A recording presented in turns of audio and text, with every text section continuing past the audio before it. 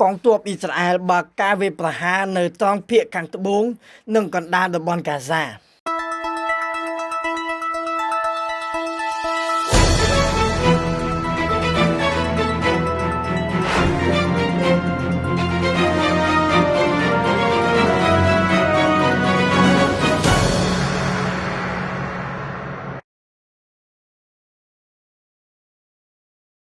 នៅថ្ងៃប្រហ័សទី20មីនានៅតំបន់កាហ្សាពលរដ្ឋប៉ាឡេស្ទីនស្លាប់យ៉ាងហោច70នាក់បន្ថែមទៀតព្រោះតែការវាយប្រហាររបស់អ៊ីស្រាអែលដោយសំអាងហេតុផលថាពួកប្រដាប់អាវុធហាម៉ាស់មិនព្រមដោះលែងចំណាត់ខ្មាំង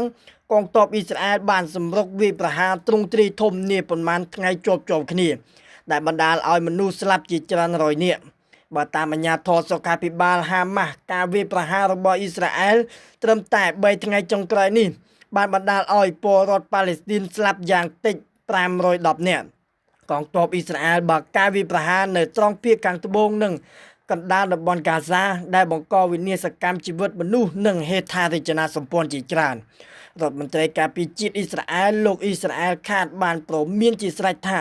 ប្រសិនបើពួកប្រដាប់អាវុធហាម៉ាស់មិនព្រមដោះលែងចំណាត់ខ្មាំងហើយប្រសិនបើពួកហាម៉ាស់មិនព្រមចាក់ចេញពីតំបន់កាហ្សានោះទេអ៊ីស្រាអែលនឹងចាត់វិធានការឲ្យកាន់តែធ្ងន់ធ្ងរជាងនេះទៅទៀតដោយមានជំនួយគាំទ្រយ៉ាងពេញទំហឹងទាំងស្មារតីនិងសម្ភារៈពីសំណាក់សហរដ្ឋអាមេរិកនោះនាយករដ្ឋមន្ត្រីអ៊ីស្រាអែលលោក Benjamin Netanyahu បានប្រសិទ្ធនាមយុទ្ធនាការយោធារបស់ខ្លួនថាបើកច្រកទ្វារនរកដែលជាចំណាត់ការក្តាប់ដៃដែកដ៏សំខាន់ចាំបាច់ដើម្បីកម្ចាត់ពួកប្រដាប់អាវុធហាម៉ាស់និងដើម្បីរំដោះចំណាត់ខ្មាំងដែលត្រូវពួកហាម៉ាស់ចាប់ខ្លួននៅថ្ងៃទី7ខែតុលាឆ្នាំ2023មានចំនួនជាង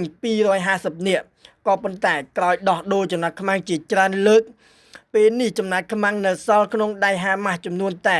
58នាក់តែប៉ុណ្ណោះហើយក្នុងចំណោមនោះកងទ័ពអ៊ីស្រាអែលប្រកាសថាចំណាត់ខ្មាំងស្លាប់34នាក់ទៅហើយ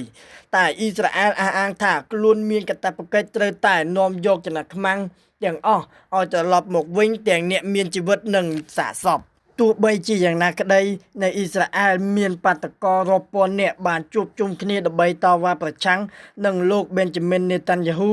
និងចោទប្រកាន់ថានាយករដ្ឋមន្ត្រីរូបនេះបន្តធ្វើសង្គ្រាមរំដោះចំណាត់ខ្មាំងគ្រាន់តែជាលេសតែប៉ុណ្ណោះតែទៀតពិតគឺដើម្បីបន្តក្រែងអំណាចរបស់ខ្លួននេះបើតាមបាតកោអ៊ីស្រាអែលដែលបានទាមទារឲ្យលោក Benjamin Netanyahu ចុះចេញពីតំណែងរដ្ឋាភិបាលអ៊ីស្រាអែលនិងហាម៉ាស់មានជំហរខ្វែងគ្នាចំពោះបទឈប់បាញ់ដំណាក់កាលទី2ដែលត្រូវចូលជាធរមាននៅថ្ងៃទី19មីនាចំពោះក្រុមប្រដាប់អាវុធហាម៉ាស់មុននឹងពួកគេដោះលែងចំណាត់ខ្មាំងទាំងអស់ទាល់តែអ៊ីស្រាអែលធានាថាឈប់បាញ់ទាំងស្រុងព្រមទាំងដកទ័ពអ៊ីស្រាអែលឲ្យអស់ចេញពីទឹកដីតំបន់កាហ្សា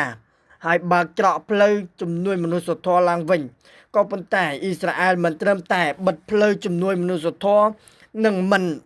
ដកទ័ពទេហើយថែមទាំងសម្រុកវាយប្រហារយ៉ាងរថើនដោយបង្ខំឲ្យពួកហាម៉ាស់ដោះលែងចំណាត់ខ្មាំងឲ្យអស់ជាមុនសិន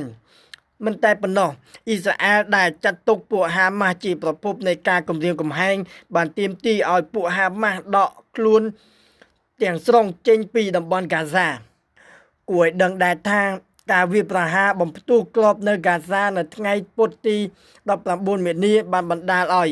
បុគ្គលិករបស់អង្គការសហប្រជាជាតិស្លាប់ម្នាក់ជាជនជាតិប៊ុលហ្គារីហើយ5នាក់ទៀតរងរបួសក្នុងចំណោមអ្នករបួសទាំងនោះក៏មានជនជាតិអង់គ្លេសដែរភ្លាមអង្គការសហប្រជាជាតិនិងរដ្ឋាភិបាលអង់គ្លេសបានថ្កោលទោសអំពើហិង្សាបង្ហូរឈាមនៅកាហ្សានិងទាមទារឲ្យបើកការស៊ើបអង្កេតឯករាជ្យជុំវិញគ្រោះថ្នាក់ស្លាប់និងរងរបួសមនុស្សធម៌របស់អង្គការសហប្រជាជាតិ